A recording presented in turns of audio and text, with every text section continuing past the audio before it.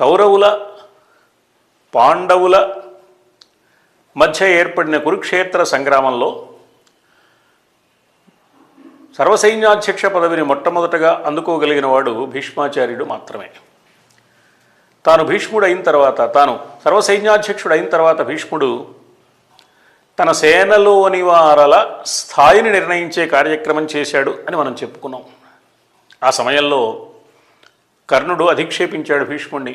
నన్ను అన్యాయంగా అర్ధరథుడు అంటున్నావు, నా మీద నీకు పగ ద్వేషం ఉన్నాయి, అందుకని ఇలాంటి పరుషపు మాటలు మాట్లాడుతున్నావు, ఇది నీకు న్యాయం కాదు అని కూడా ఎదుర్కొనే ప్రయత్నం చేశాడు. తాను ఎంతలో పరాక్రమవంతుడు నేను ప్రగల్భాలు పలికాడు. భీష్ముడు ఉపేక్షించలేదు. భీష్ముడు అన్నాడు, నిన్నగాక మొన్న జరిగిన ఉత్తర గోగ్రహణ సందర్భంలో 6 మహారథులైన వీరులను ఒక్క అర్జునుడే అవలేలగా జయించాడు.